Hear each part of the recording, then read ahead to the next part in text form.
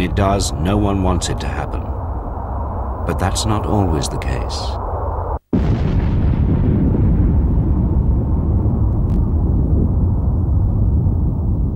Some incidents that air investigators are called to solve turn out to be deliberate. These are the disasters that someone, somewhere, wanted to happen.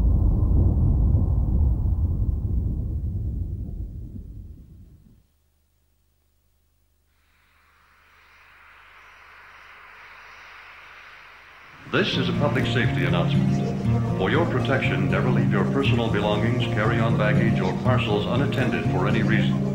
Also, never take another person's baggage or packages onto an aircraft with you. Report anything questionable to the nearest airline employee or airport police officer. Thank you.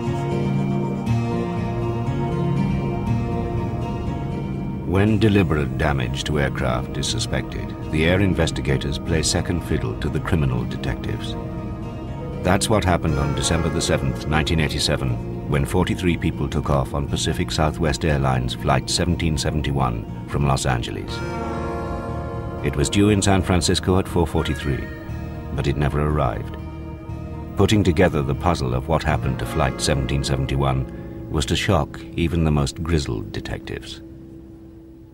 Good evening, and thanks so much for joining us on this Monday, December 7th. We have lots to tell you about, and we will lead off with what is apparently a plane which has crashed near Templeton this evening. The plane went down about 4:25, we understand, and we have no confirmation.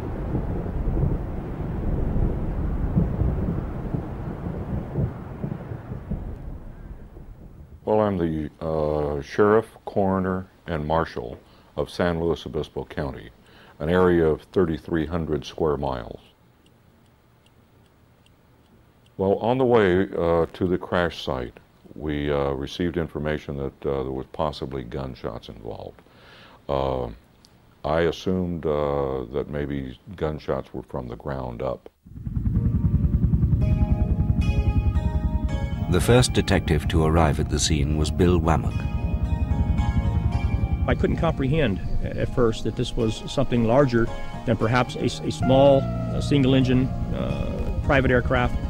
And I kept thinking perhaps he was carrying newspapers. It just seemed to be nothing but papers blowing gently in the wind, hanging in the trees. The thought never occurred to me that it was actually bits and pieces of a large aircraft, a commercial aircraft, bits and pieces of passengers' luggage, and in some cases bits and pieces of a human being.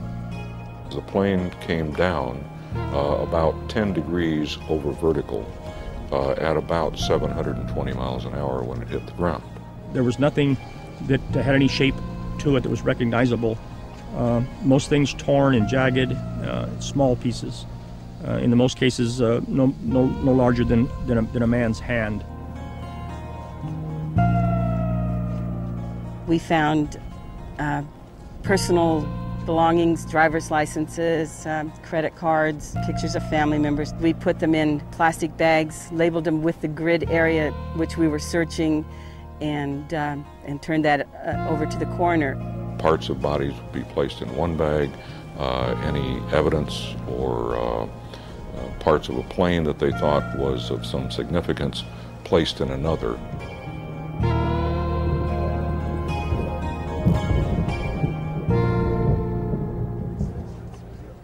On the second day of the search, investigators made a vital find. Amongst the millions of tiny pieces of wreckage was what looked like the trigger and barrel of a handgun. On the morning of December 9th, an FBI agent located that gun in the tree area behind me, and I was at the time standing at that tree. He brought it to my attention without disturbing it. I stepped over to where he was located, and we did confirm that it was what appeared to be a .44 Magnum stainless steel handgun. But who did the gun belong to? The way the detectives found out was remarkable.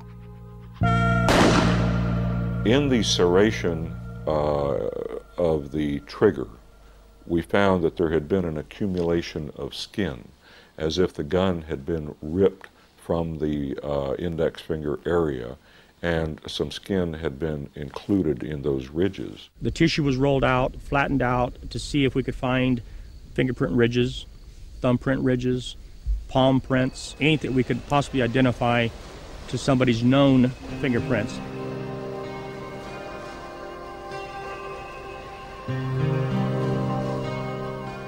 Meanwhile, the FBI had been checking the passenger manifest of those who'd boarded Flight 1771. On that list was a man named David Burke, whose fingerprints were on file. We were able to determine that that skin was in fact the fingerprint of Mr. Burke. Now investigators had a suspect and a weapon, but they still needed a motive. The FBI soon discovered one. Burke had been fired by the airline just 2 weeks earlier. David Burke was terminated for stealing $69 from the aircraft cocktail fund that the flight attendants maintained. He appealed his termination and had a hearing scheduled on December the 7th, which is the day of this incident, at 2 p.m. in the afternoon before Ray Thompson, who was his supervisor. And at that time, David Burke learned that his appeal was not being granted. As he left the office, the secretary to Ray Thompson at the time remarked to David Burke, in an effort to ease, I believe, the tension that was in the office, "Will David have a good day?" or words to that effect. And he paused upon leaving and looked at her and said, "I intend to have a very good day."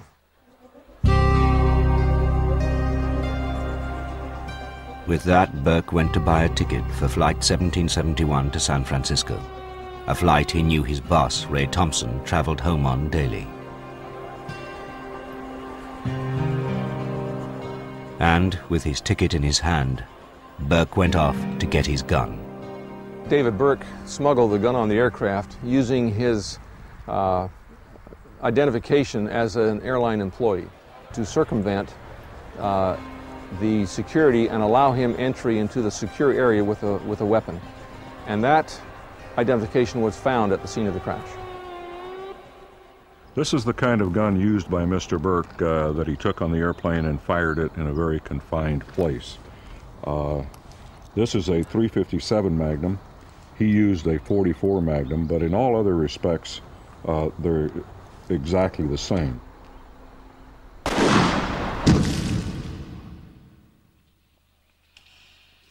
During our investigation on the scene of the crash, we recovered a air sickness bag.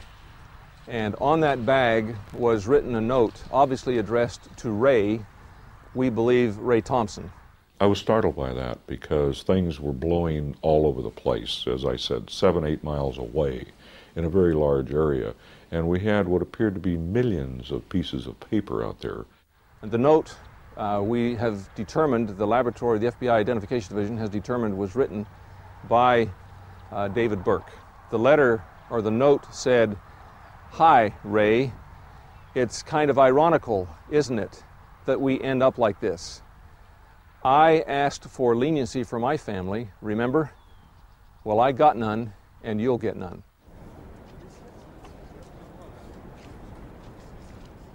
What finally allowed the detectives to piece together the last moments of Flight 1771 was the discovery amongst the wreckage of the cockpit voice recorder, the so-called black box. After overnight analysis in Washington, the tape was rushed back to the crash site.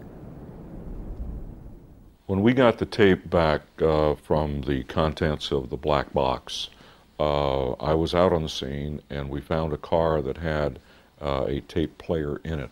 So several of us, the head of the FBI and others, sat to see what had happened in that cockpit. Through the analysis of the voice recorder, we heard the door to the restroom right next to Ray Thompson open and close just seconds before the first shots were overheard. We believe that Ray probably received the note from David Burke as David Burke went to the restroom, and that he then came out of the restroom with his revolver unsheathed, and that he immediately shot Ray Thompson. The next thing that you could hear on the tape was a door opening and a female voice saying something to the words of "there's a problem." You could hear either the captain or the co-pilot ask what the problem is. You could hear another male voice say something to the effect of "I'm the problem." And then there are additional gunshots. The conclusion that we've come to is that Mr. Burke entered the cockpit and executed both the pilot, the co-pilot. And then there is the sound of the plane increasing in speed as it's heading toward the ground. Obviously, Mr. Burke has got the controls at this point, and then all of a sudden there is an additional gunshot, and then there is dead silence. I can't imagine being a passenger on that airplane, knowing that this man had just fired a shot, and then knowing that you're hearing another shot, and then knowing that the plane is going down, and you have no time to even lean over to your loved one and say, "I love you." From the time the first shots were heard until the time of impact of this aircraft hitting the ground, approximately 47 seconds elapsed. Those were 47 terror-filled seconds to the passengers aboard Flight 1771.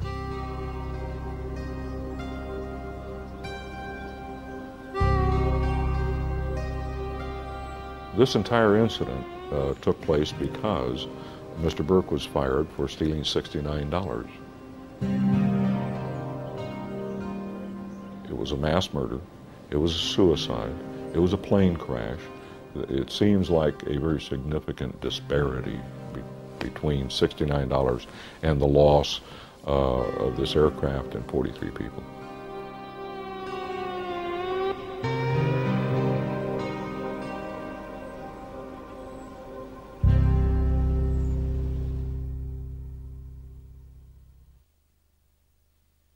Can you just bring your arm around? Yeah.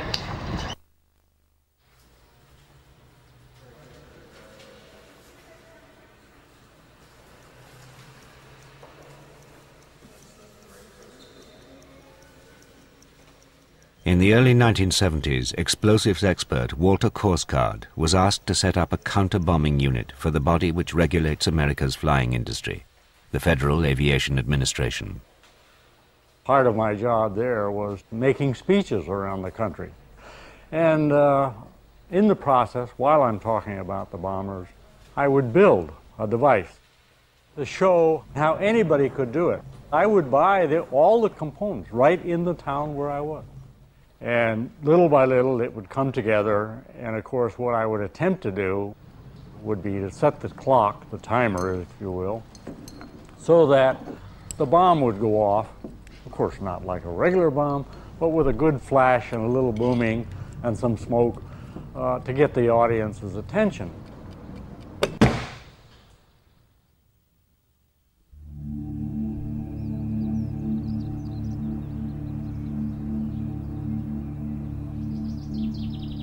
In the late 1980s, Walter Korsgaard was to be a key figure in solving the puzzle of one of the most enduring tragedies in civil aviation. On December the 21st, 1988, a Pan Am 747 came down over the small town of Lockerbie in Scotland.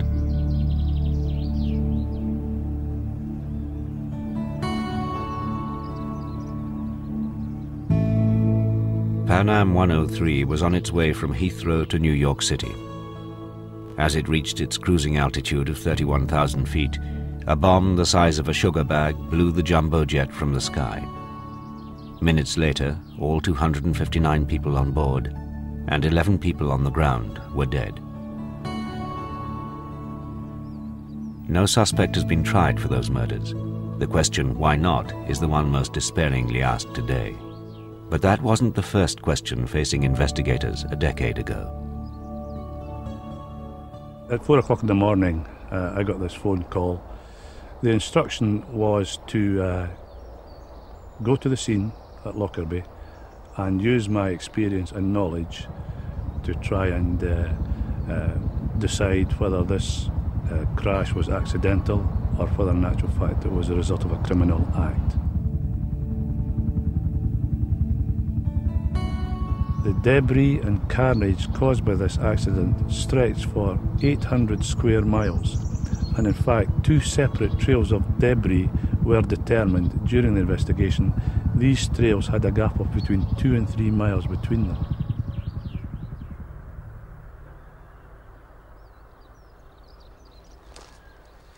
This is Thundergarth Church and Graveyard, and it's opposite the church in the field over the wall that the great nose cone of the Jumbo 747 landed on the Wednesday night. On the Thursday, I came up with my team. The nose cone was there, rescuers were there, the media were there, and I took time to enter the nose cone, which was quite vast, and sad to record, many of the crew were still in their places within the nose cone.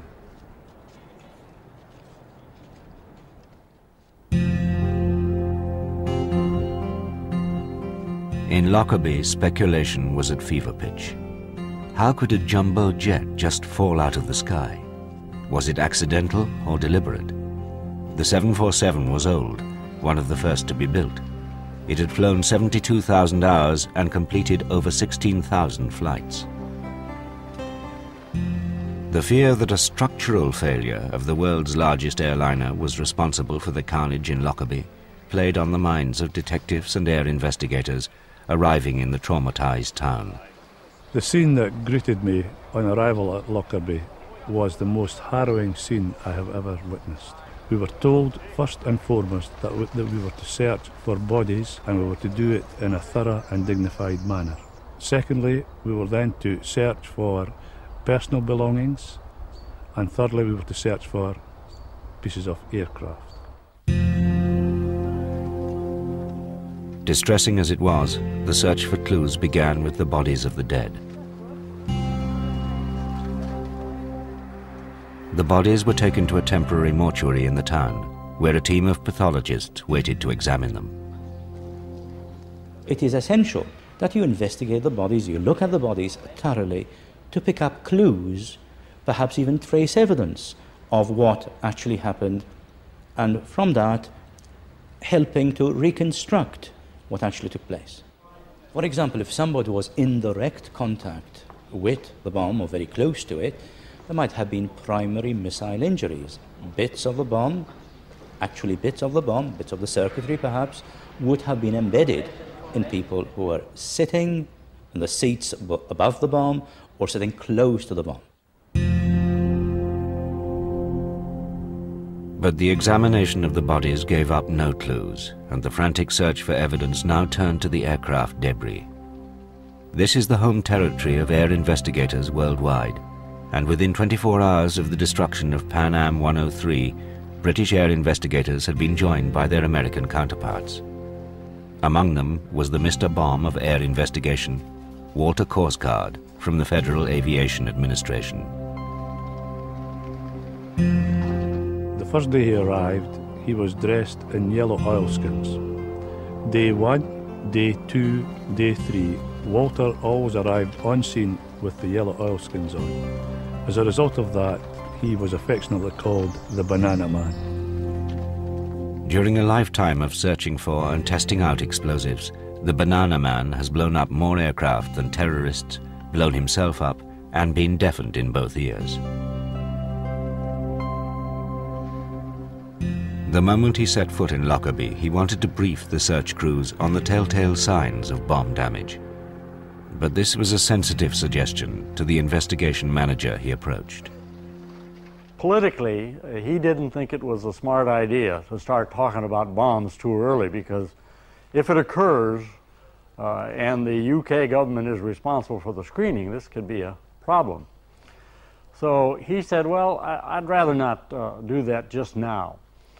And of course, as soon as the meeting was over, all the supervisors that were going to run these search lines got me off to one side and said, hey, what are we really looking for? And I said, well, you know, you come down to the room and we'll go over it. So we ran a little private seminar. Korsgaard showed the search chiefs his little traveling collection, bits of bombed aircraft he's investigated over the years.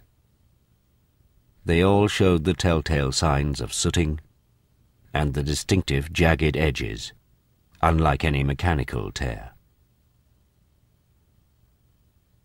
we wanted them to look for pieces of metal with those characteristics, plus gas washing craters, which is little craters in the metal that look like a typical bomb crater, actually, but they're very tiny. But you can see them with your naked eye, usually.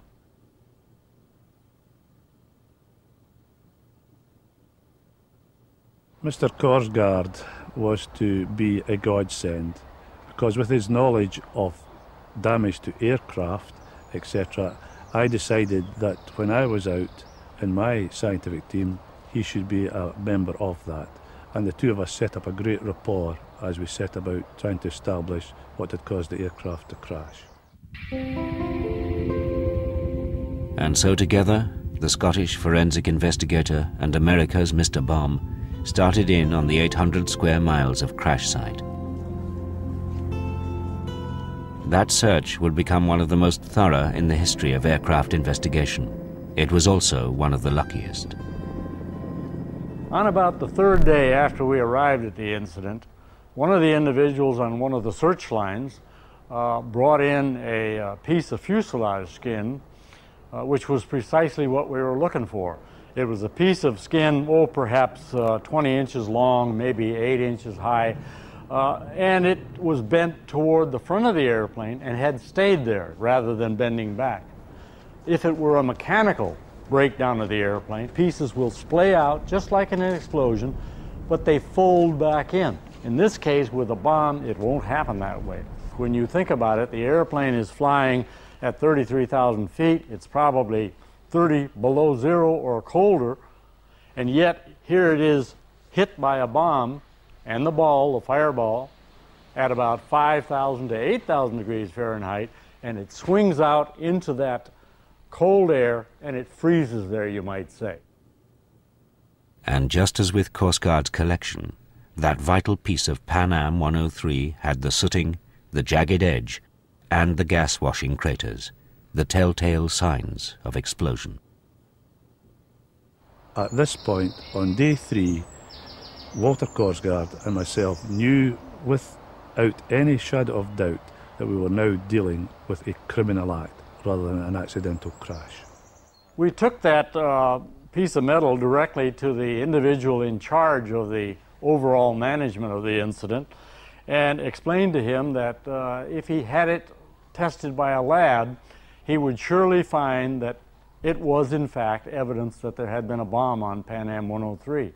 Some pieces of wreckage are today being taken to the Royal Armament Research and Development Establishment at Fort Halstead in Kent for more detailed examination to determine whether they exhibit evidence of a pre-impact explosion. And they flew it down to the lab, and 9 o'clock that night we got the word back that there were explosive residues and they were gas washing craters that we were looking at, and the jagged edge was positive proof. The destruction of Pan Am 103 was immediate, the devastation total. But contrary to popular belief, Pan Am 103 was statistically unlucky. Yeah, most people think that any size bomb in an aircraft will probably bring it down. Actually, if you look at the record, 3/4 of turbine-powered aircraft, that is pure jet airplane, survive bombs. And that's historic. So how was it that Pan Am 103 was blasted into a million pieces? To find out, the investigators decided to blow up some aircraft.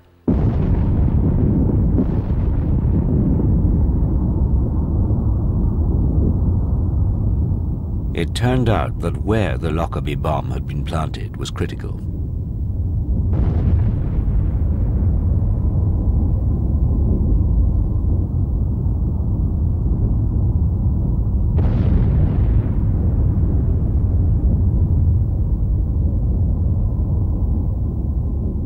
The tests revealed that the forward cargo hold, where the Lockerbie bomb went off, is a particularly sensitive area in wide-bodied jets. The way the 747 is designed, I believe, makes that airplane most vulnerable to a bomb in the cargo hold.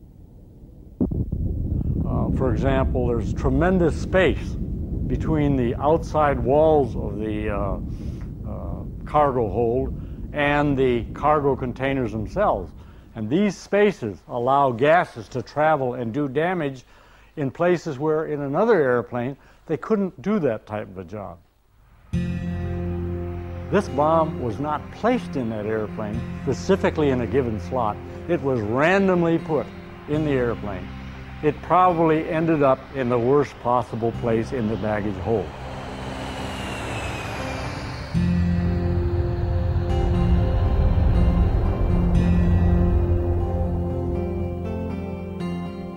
The consequences of the loss of Flight 103 were huge.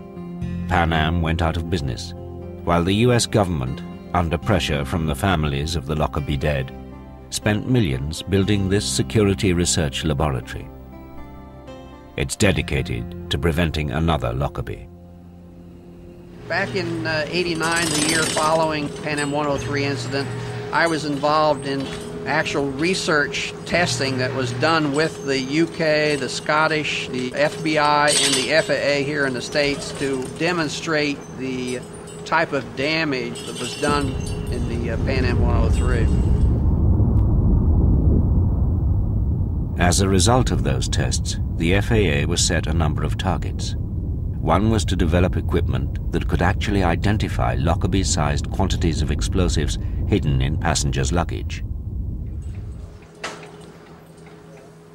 By borrowing from technology first used in hospital body scanners, researchers developed a new type of airport machine. It scans and maps a bag's contents, analyzes them, identifies any explosive and any object it's hidden in. The system here, the CTX 5000, is designed to actually look for the bomb quantity explosive before it gets on the aircraft. We have done extensive testing, both with suitcases without explosive and suitcases with explosives, all military and commercial explosive. This bag has a two-speaker cassette radio. You'll notice that the two speaker magnets are on the lower part of the picture. The red object is the explosive, which is concealed inside the radio cassette player. It has determined that it's a military type explosive. The mass is approximately 900 grams and the density is 1.4 grams per cubic centimeter. Clever the new machine may be, but it has been bought by just a handful of airports, and most of those American. Another consequence of Lockerbie was the development of a luggage container that, should a bomb get on board, will resist the kind of blast that downed Pan Am 103.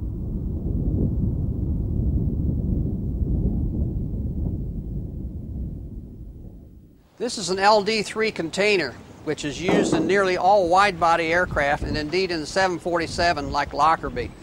These two units are the same size, but they're hardened containers which have been developed by the research and development money for the FAA, and they both have withstood the amount of explosive used in Lockerbie or even larger.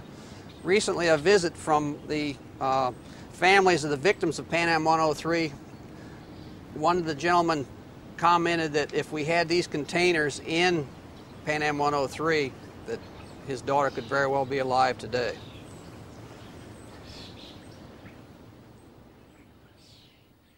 But blast-resistant containers are not in use even today. So far, they are simply prototypes.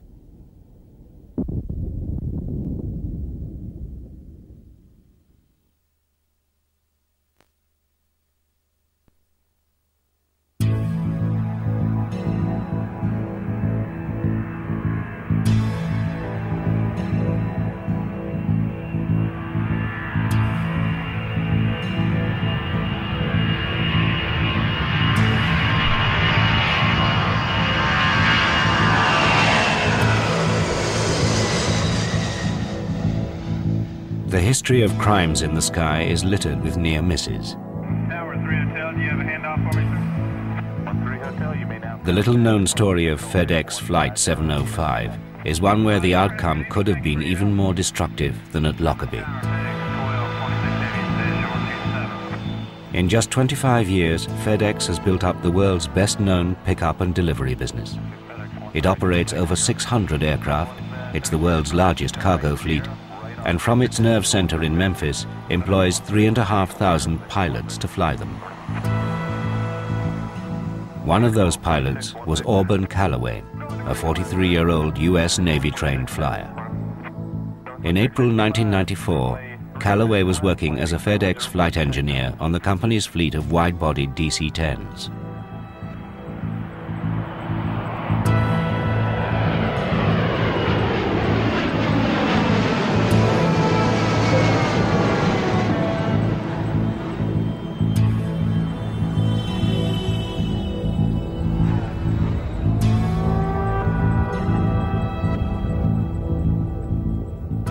Richard Boyle is a Vietnam veteran who has flown for FedEx since it first took off 25 years ago.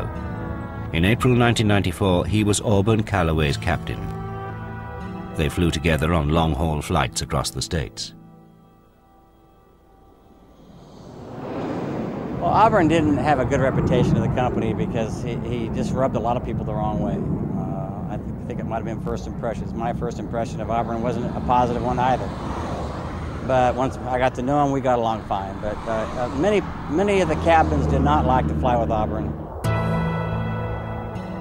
Callaway was not only unpopular, he was also under investigation. FedEx believed Callaway had lied to them about his Navy flying time. Callaway believed FedEx were out to get him because he was black.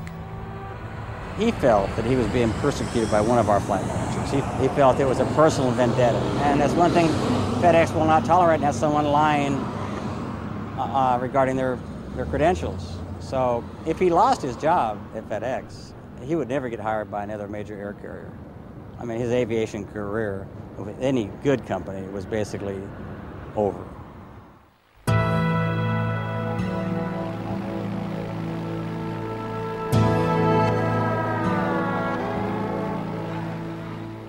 Fellow flyer and Memphis newspaperman Dave Hirschman discovered more about Callaway's paranoid character.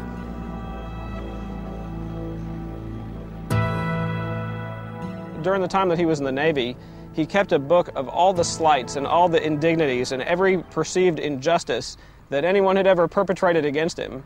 And he kept that book, he kept the little black leather-bound book and added to it on an almost daily basis. A lifetime of slights wore Callaway down. He decided to end his life. In a farewell note he wrote, "I have battle fatigue badly. It's my time to go." But Callaway had no intention of going quietly. Callaway's plan was to knock out Federal Express. He wanted to strike at the very nerve center of this very complex, worldwide, global organization. And his method of doing that was to commandeer a DC-10, fully loaded with fuel, and to crash that airplane into the FedEx nerve center at Memphis International Airport. When you think about a 500,000-pound jet with 100,000 pounds of jet fuel on board, moving at over 350 miles per hour, and targeted at a particular location, the devastation would have been incalculable. FedEx has a long-standing policy.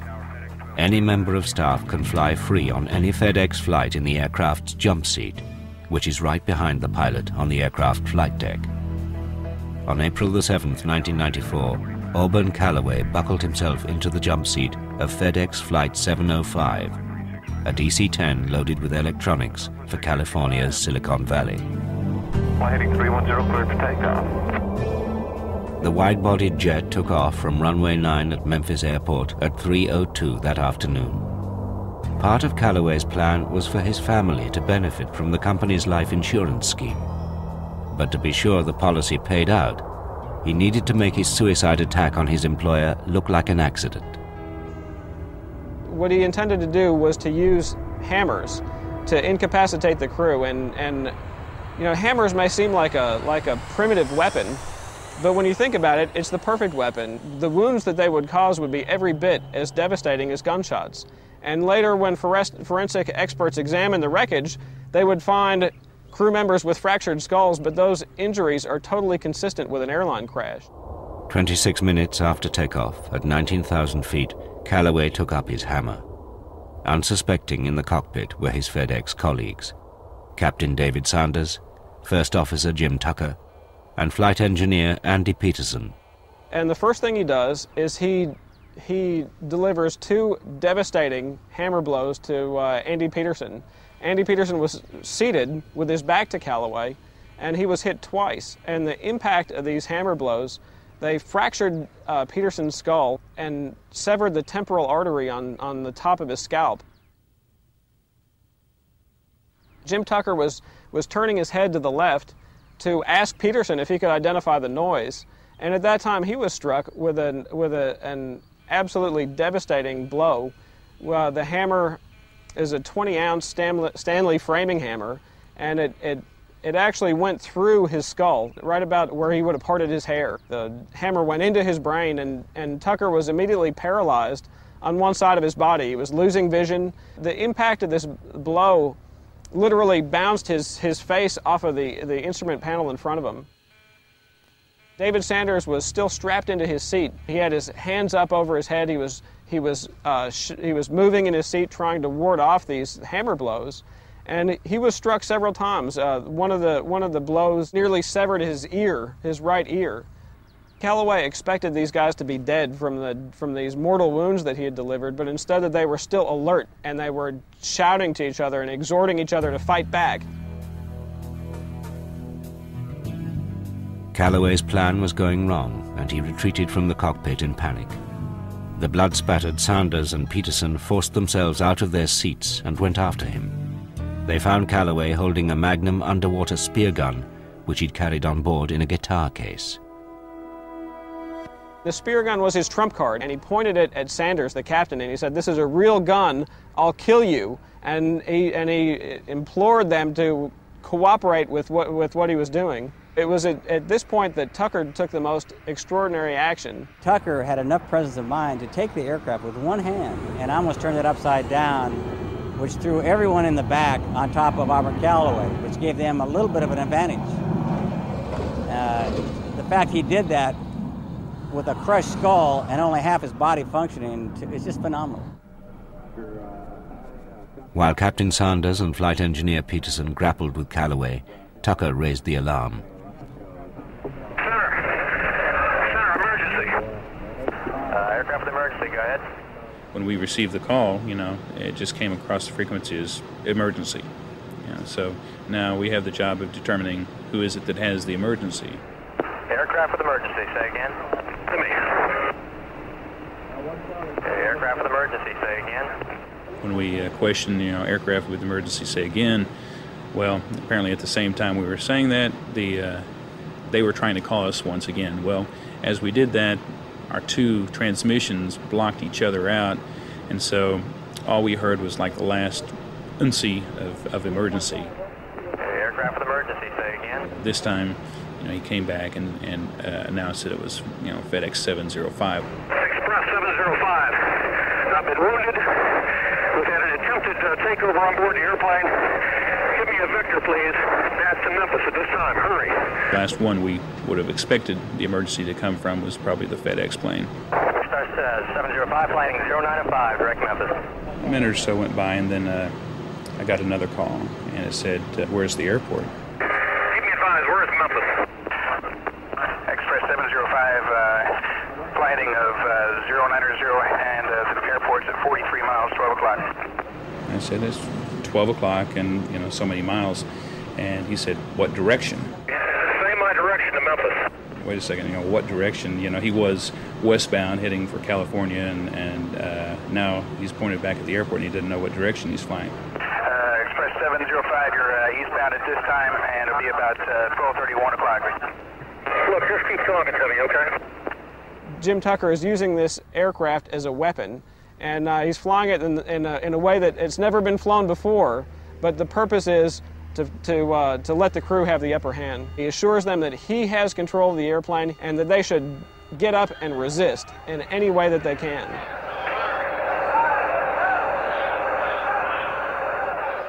Peterson and Sanders tried to pin Callaway to the galley floor, but their frenzied attacker was biting and lashing out with his hammer.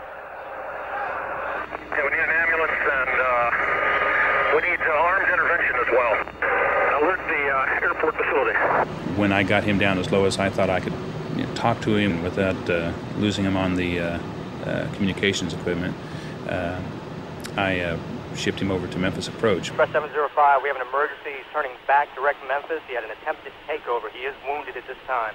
He's had an attempted takeover? Affirmative. He's north of Forest City by about 8 miles at this time. He's at 13,000, descending to 10,000. Okay, radar contact. And you put him on 19-1? 19-1. Yep. By now, all 3 crewmen were back in the galley, struggling to overcome Calloway. No one was flying the plane. When he told them to change frequencies, I think they had it on altitude hold, and they were all in the back in the struggle. And I had tried to call them several times. Express 705 Heavy, Memphis, out of here. Express 705 Heavy, Memphis, out of here. Memphis, can you hear me? Is this Express 705 Heavy? 705, yes. 705 Heavy, Memphis, Roger. I do hear you. You can proceed direct Memphis if able. Expect runway 9er. The altimeter is 302-9er. You understand we're declaring an emergency. We need security to meet the airplane. We'll stop it on the runway or we can. Express 705 Heavy, affirmative. All that's been taken care of. One of the first things you want to do in a hijacking is not make the situation any worse. You don't want to say anything that would anger the hijacker.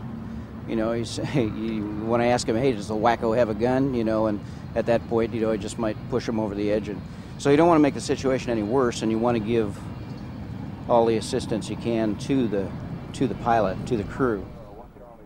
Someone had to try and get the plane down. With First Officer Tucker and Flight Engineer Peterson on top of Calloway, Sanders forced himself back into his bloodied captain's seat. Sanders was alone in the cockpit making this maximum speed approach and landing. He was under incredible duress because this fight was still going on. It would ebb and flow, and at times the crew would think that they had the attacker under control, and then the fight would erupt all over again. Express 705 Heavy, verify situation is still under control. Well, it's sort of under control. As he was coming in, the aircraft was going faster, much faster than normal. There's a speed limit of 250 knots below 10,000 feet. I saw his ground speed was about 350 knots, and I figured this guy wants to get home. That type of aircraft, you have to slow it down to make it descend. Otherwise, it doesn't descend very well. So it turns out he ended up too high for that runway.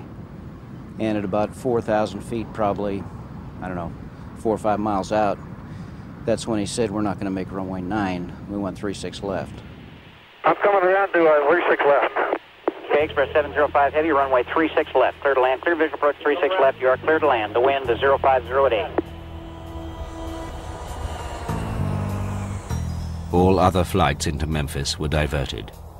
Everyone prepared for the worst.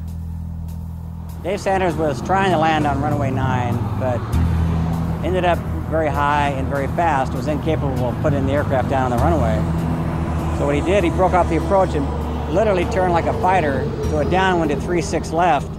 The aircraft made a very high banking turn, almost perpendicular to the ground as it made final and onto final approach at the airport. I thought the aircraft was going to crash. I didn't think he could save the airplane in that configuration. The aircraft, as it made its approach, was going over a very highly populated residential area. If the airplane had crashed there, it would have been conceivably loss of life and property. It could have flown into buildings, terminal buildings, airplanes, and of particular concern to me was the very large fuel storage tanks. He hit that, it had been a huge explosion, and it had been quite a catastrophe.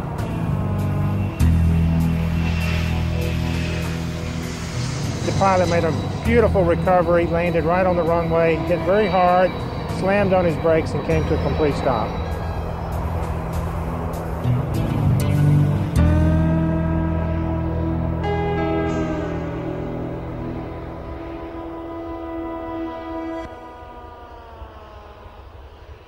Exceptional piece of airmanship. You don't see that type of flying in a DC-10. A very nice piece of airmanship by a man who's very fatigued and very injured. It's quite phenomenal. Paramedic David Teague was with a posse of emergency vehicles summoned the moment Flight 705 raised the alarm. He raced across the tarmac to the now stationary jet. We pulled up beside the plane, off in the grass, off on the right wingtip. The bloody three-man crew managed to land safely despite critical injuries. The captain was saying, somebody help us, get somebody up here before he kills us all. Paramedics found the crew and suspect Calloway covered with blood. There was blood on the walls, on the seats that were there. Everybody in the cockpit was covered with blood. You had 4 grown men that were fighting for their lives in this confined area for about 30 or 40 minutes. Probably one of the bloodiest scenes that I've seen in my years with the fire department. The three-man crew and 1 other person were aboard, an off-duty FedEx pilot, Auburn Calloway, who was just along for the ride. By just asking, I guess out of my own curiosity, why did you do something like this? And you can just kind of tell when somebody's thinking, and he kind of had that look on his face, and after 15 or 20 seconds he said, I guess it just went crazy.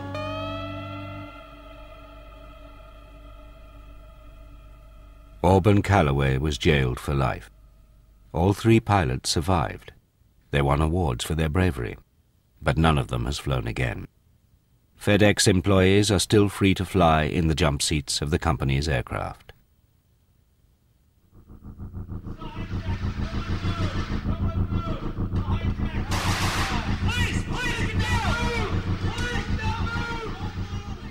The number of hijacks and bombings throughout the 1980s sent shivers through the aviation community. Something had to be done. In America, President Reagan set up an extraordinary flying security service to protect American lives in the air.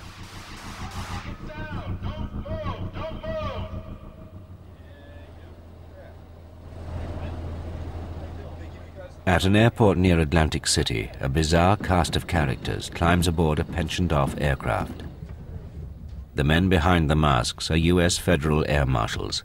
They insisted on hiding their faces from our cameras. There are about 1,000 of them. They are armed and they travel as normal passengers on U.S. flights around the world. You could be sitting next to one and you'd never know. Their mission? To stop the hijackers and the bombers. Pin is pulled! They practice as realistically as possible. Here, trainee marshals are being tested. They've got to pick just the right moment to shoot the hijacker, while making sure they don't hit a passenger. I told you not to look at me! Be quiet! I'll put you out of your misery! Okay. Don't move! Good.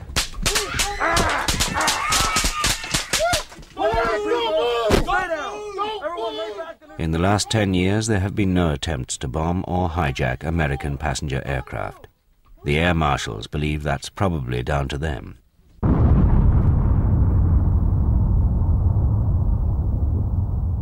One thing is certain. In a world of bombers, hijackers, and air marshals, more people than ever carry weapons onto planes and are quite prepared to use them, with potentially deadly consequences for us all.